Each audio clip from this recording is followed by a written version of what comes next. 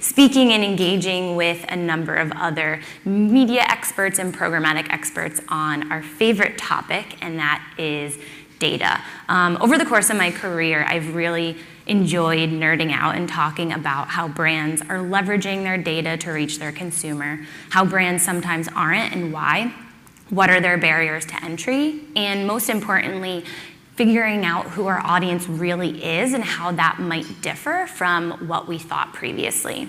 So at EA, we do have a data-first approach, but what is more important to us is our player-first approach and how we unlock making a better player experience. So today, I'm going to walk through how we use data and insights to plan for Madden 20 actually. And the goal as we're thinking about planning for this title is how are we going to reinvigorate and re-engage and excite an audience who has known this title for almost 30 years. So at EA, our mission is to inspire the world to play. And I was talking to a number of you last night, but it's a really exciting time to be a part of the entertainment video gaming space. Something like esports has taken this gaming world by storm, and we've never seen more people actually self-identifying as gamers as they do now, whether it be mobile gamers, they watch esports, the traditional stereotype of what a gamer looked like is really out the door. In Philly, they just broke ground on an esports arena, and my previous employer, Anheuser-Busch, just became the official beer sponsor of the Overwatch League. So it's actually becoming a part of our culture the way that traditional sports and sports leagues have been. And a personal anecdote, I'm going to a wedding this weekend, and the groom invited somebody who he's never met in person, but he talks to every day because he games with him, and he considers him a good friend. And I did not make that up, I swear it's true. So when we're thinking about the way that gaming is becoming a part of our culture, we want to see how media and data is a part of that change. And at EA, we want to determine how we can grow and evolve as a part of it. So I'm going to dive into Madden 20, and I'm going to start with a short clip that premiered last week during the NFL draft, and it also revealed who's going to be on our cover for this year.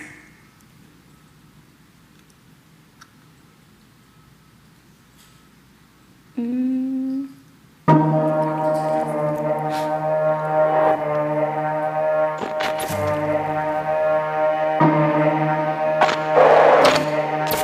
me cut right to it. Y'all need to wake up. Those of y'all still ain't listening, we the next wave they told y'all about. You know, superstars. Ones you wish you taken. Ones you wish you had lining up on Sunday, dropping 800 yards in the game and defenders by the dozen. The most feared and the most targeted. And we want all the smoke. See, it's our time to show out. We'll make sure you looking or not. We here to rewrite it all. Every season is our season. This is our game now. I know you hear us.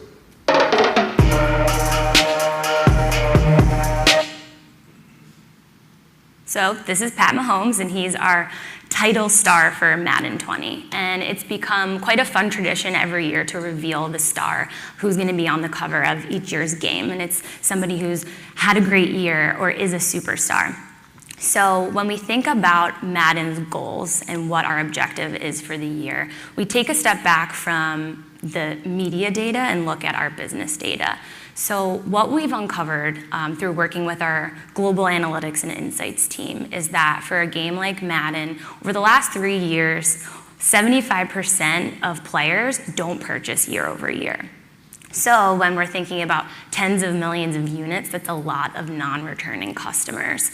So we need to figure out why they don't come back. So first, we look at the game itself.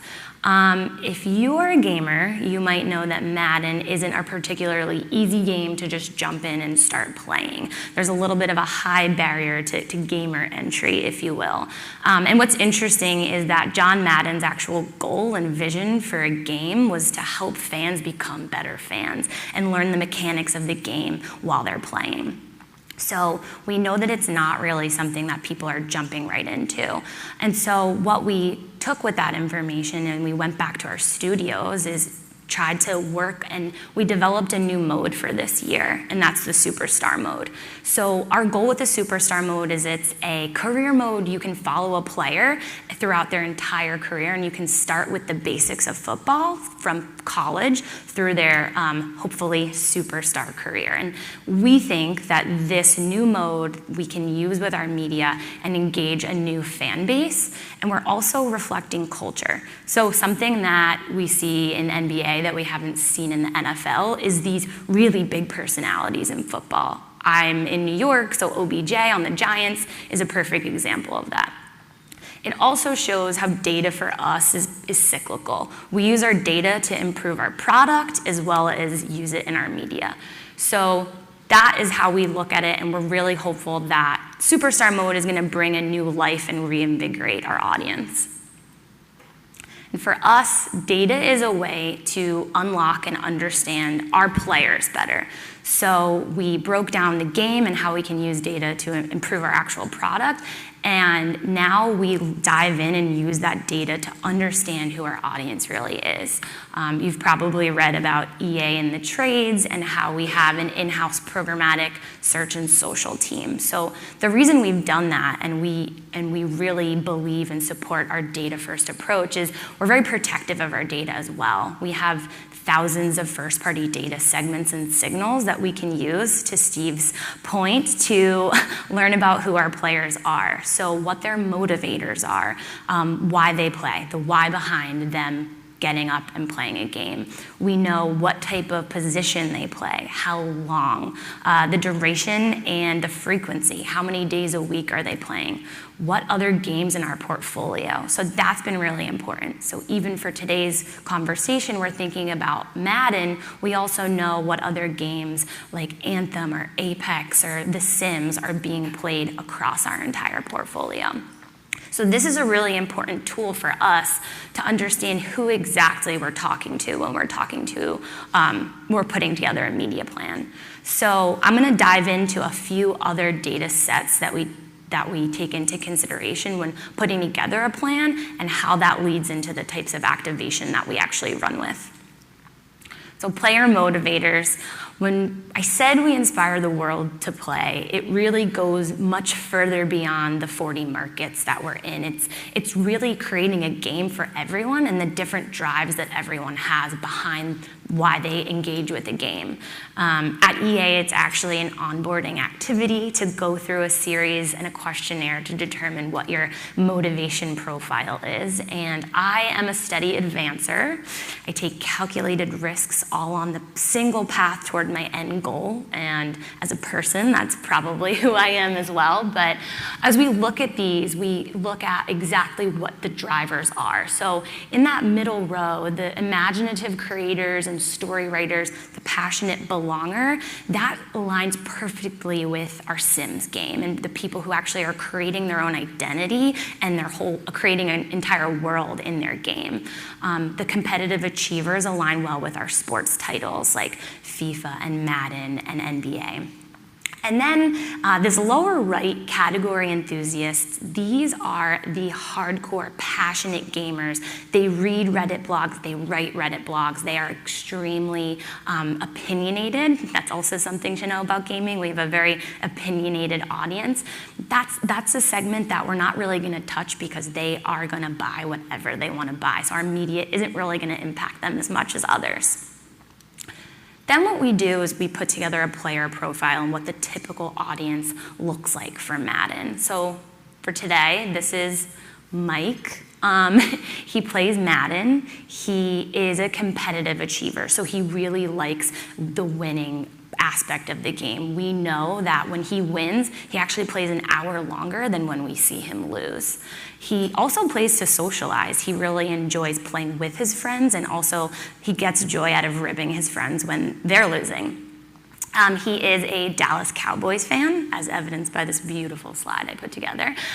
He watches live football. He also watches NCAA, and he plays our new free-to-play battle royale game, Apex. So that also plays into the social aspect of it. So when we put together this profile, it's taking into all the different pieces of the online behavior that we see that makes Mike our target audience. And then at a conference about data, I did include one chart, but this also is working in tandem with our analytics and insights team. And this team actually became part of the marketing umbrella about 5 years ago. So what's beneficial to us is they're the same insights team that's providing information and data to the studios, like in the example about creating a new superstar mode, and they're sending us insights to help support our media. So without going through everything, the types of information that we're able to get about the fans' offline behavior is watching the live sports games, watching college football games, listening to podcasts about football, reading blogs, playing fantasy. So this also helps to all funnel together exactly what the full picture of this audience and this approach will look like. And so here comes the fun part, and that's our activation. So this is how we take all the different data sets and actually put together what would be our media targeted approach. So thinking first about all of our first party data that we have in-house, we would use signals about past purchase behavior. We know that it's not the awareness issue, it's the latency issue, and we want to bring back those lapsed players. So we'll look at a time frame of the last 5 years, see who's only bought in the last 2, and create segments like that.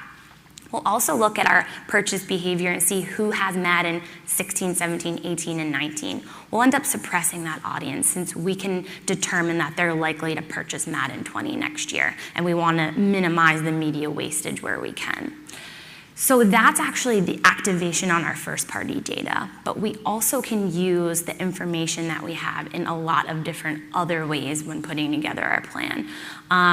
We think about something that's really top of mind for marketers, and especially in programmatic, is the concept of personalization at scale. So seeing Mike's profile and knowing that he is a Dallas Cowboys fan, we think about would he be more engaged with a social unit that showed a Madden player with a Cowboys jersey. So we want to say yes, and we have a lot of opportunity with that with our different sports titles. But what we also know about our players is they over-index for these ad blockers. They have a lot of distrust in the media industry and advertising. So we don't want to have the opposite effect and then find it creepy. So that's something that we're gonna approach testing this year. We have all of the tools. We dynamically optimize our creative to be in dozens of different languages, so we can leverage what we already have, but we want to test the waters there. Another input into how we would put together this plan is thinking about all the other sets that we saw from the insights on the Madden fan. So we know that they are going to college football games, watching college football games, and watching NFL games. We can work with a mobile location partner to geofence and target in real time while our audience is at a game, and they're already immersed in this football experience, so they'll be open and it's a contextual alignment with our media. And I think that also brings up a good point. We don't historically work with a ton of third-party data partners, but we do have a lot of strategic partnerships. Another area that we can go down would be working with a programmatic audio or an audio partner. We know that this audience listens to podcasts about football, so what better than develop our audio strategy and an audio watermark that gets people excited while they're listening to a podcast about the topic already. And it also helps us to inform our contextual partners. So this isn't our typical super heavy gamer audience. This is more aligned with the sports. So we're not necessarily, yes, we know ESPN is a huge sports title and publisher that we do work with, but it also might help us align, especially with Superstar Mode, with a more lifestyle partner. So I'm gonna show this slide again. It's not because I'm lazy, it's because I just do wanna underscore the value for us in using our data to put a better player experience at the forefront. And I talked primarily about how we use data for planning and not really activation, because we've seen a lot of success. We aren't just going out there, and it's not just the automation, to Steve's point, it's how we're able to unlock and understand our audience better and put a better product in front of them and a better ad experience in front of them. So I'm really excited to talk to all of you throughout the course of the next few days. And I think what I will leave you with before we jump to any questions you might have is understanding the full picture on unlocking the value of your first-party data will help you talk to and understand your audience tremendously more.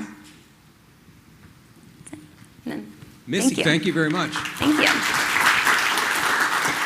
Those of you who have questions, please raise your hand. We'll get the mic to you. Tell us who you are and who you're with. One right back here. Good morning, Missy. Great presentation. Thanks for the information. Thank you. Sean Robertson. I'm with Dish Media. Hi. Hello. Quick question for you regarding not just gamers, but the whole ecosystem around gaming. We're seeing, particularly with Gen Z, not only interested in being gamers, but watching and engaging as audiences. Yes. How are you guys engaging them and reaching them outside of just what's happening on the screen with the game? Yeah, no, that's great. So we do have a presence on Twitch where our gamers are actually watching these live streams of games. We've gotten involved with the Madden Bowl. We actually have our own esports tournament that helps to engage our players in that way as well. Yeah, that's part of the change that we're seeing, where people like watching other people play games. So we've thrown our hat in the ring there. Hi, thank you so much for that great presentation. Thanks. It's Alicia here from Accordant Media. It's really clear that you guys have such an abundance of great, strong first-party data. I'm wondering if part of your business model is to actually sell that data to others. Great question. So we do not play nice with our data. That is actually why we brought the in-house model into EA in the first place. We want to protect our data. We want to protect our players. We've been working on identity graphs, and unfortunately, we haven't really gotten into, and I don't anticipate us going down that route in the future. But good question. Hello, it's Nick from Swell Shark. Very well done. Thank you for that. Question for you. Have you been able to tell what drives the latency with your players, with your lapsed players? Is it, lifestyle changes? Is it a new job? Or what's really driving that? So we haven't really, to date, been able to unlock what is particularly or in specific instances driving the latency. What we have overarching been able to determine is that a lot of times people see the game as being very similar year after year. So they don't need to buy 17 if they already have 16. So that's why it was important for us to bring something new to life like the Superstar Mode to get people excited about the game again and bring something new to the table that we can lead with in our media. I wanted to draft off of the first question about media habits, because one of the things that you've been gleaning from all of this data that you're gathering about players is an overall sense of how media habits actually are changing. Gamers and several generations really pretty much overlap now. So when we talk about gamers, we're talking about almost everybody now. But what can you tell us about the ways in which the media profile has been evolving? Because you really are gathering a lot of this data. As you said, with your profile of your Madden player, you understand what else he's watching and where else he's going. So tell us a little bit about that. Something that's really been top of mind for us this year is diving into how we're approaching our TV and video strategy. So what we've taken a look at under the hood is that our audience is cord cutters and cord nevers, and we're still pouring a very large amount of our media budget into these linear and traditional TV channels. So we're not going to cut that because we still see a ton of reach and a ton of exposure, especially during something like the NFL draft where we know we're with our endemic audience, but we look at what other data-supported and addressable partners that we could work with. So knowing that they watch live TV, they watch live sports, we would want to make sure that we have access to that live TV inventory. So that's probably been the biggest area that we've been shifting our thinking, is knowing that they don't even have a traditional cable subscription anymore, in that, especially in the Gen Z audience that we're looking to reach. Are you using OTT already? Mm-hmm. And seeing results? So we have started to. This year is going to be the first year that we're actually shifting about 25% of our TV budget into that data supported. You're shifting, say that again, you're shifting 25% of your TV budget into OTT? Yes. Interesting. Yeah, go ahead. Hi, it's Rob from US International Media. Hi. Great presentation. Quick question for you.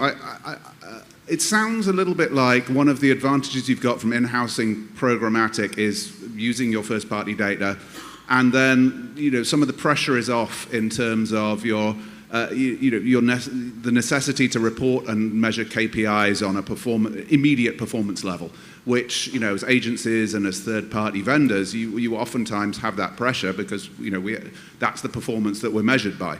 Have you got any kind of recommendations or advice when you're not in-housing your Programmatic about how to alleviate that pressure and the way that you can also measure branding as a performance metric from Programmatic? Yeah, so that's another great question. I am actually part of the brand media team. So we don't measure in terms of, even though our goals are ultimately our title sales, we're not driving through the whole purchase funnel and seeing that full picture.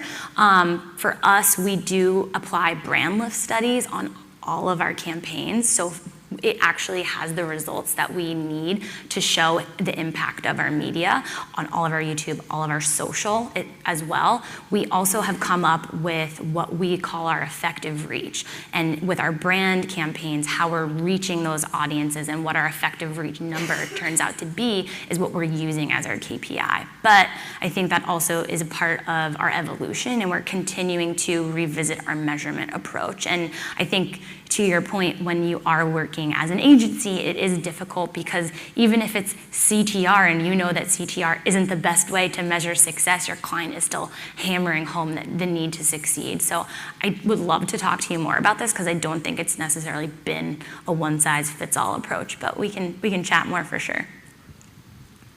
Hi, Missy. Hi. Great presentation. Thanks. So my question is, will you make your media, eventually your advertising, available to other marketers programmatically through a platform, or is everything going to still have to go through your sales organization?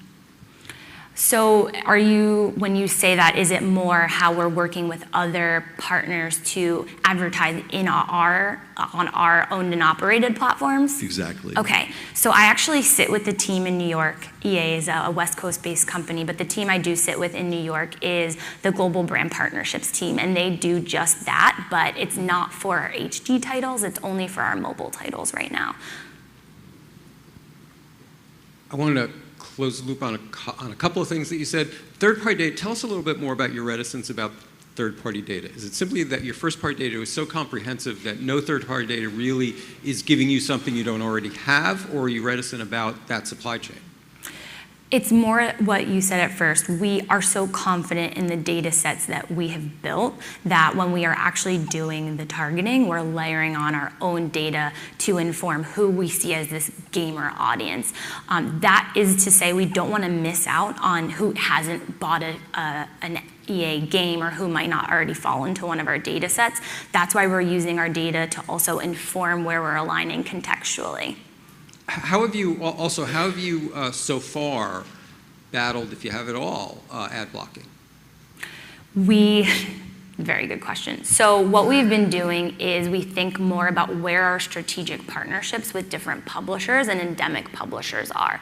So for a game that's very gamer heavy in Anthem, which was our first new title in 10 years. We worked with a lot of the IGNs and Twitches to do big takeovers that we know our gamers are gonna have their eyes on. We went through channels that we've never done before that weren't just digital, that actually were the out of homes of the world and cinema, since we know we wanna surround them in that 360 approach, and it's not just where they are in a digital respect. And I know we're at a programmatic and data summit, but that's kind of how we've kind of gone back, time as a flat circle, to a more traditional route sometimes. Is the blocking technology having an impact on the breadth of your own first-party data? I mean, is that cutting you off from having insights about these gamers? So far it hasn't, but if it continues on the trend that it's on, I imagine that we would start to see some diminished impact. Jamie?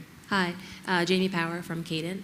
So are you finding it easy to activate data across all channels? So taking the segmentation you're executing in a digital environment and bringing it to television? Like, are you doing things like addressable TV or programmatic television? Yeah, so when I talked about the 25% that we're starting to shift our linear TV budget to, that's exactly where we're gonna operate against this year. We haven't done a ton of it. This is our test and learn year to really try to expose it. So I can't answer that if we have or not, because it's going to be a new test for this year.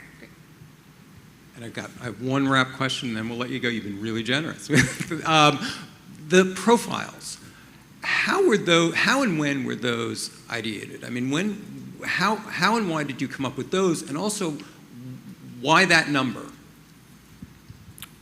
What number? Sorry. The number of profiles. Why did you come up with that number of profiles? And I'm curious about the ideation of process. Yeah, so if the motivator profiles, that has been part of our marketing approach for a number of years, predating me, and I think that the number has come from what we've actually seen in terms of longer, deeper research. So I don't think the number was a specific goal of having those 9 profiles, but what we actually saw coming out of our games and the different motivators across our portfolio. So a lot of that was probably coming out of a lot of qualitative research, not just quantitative. Yeah.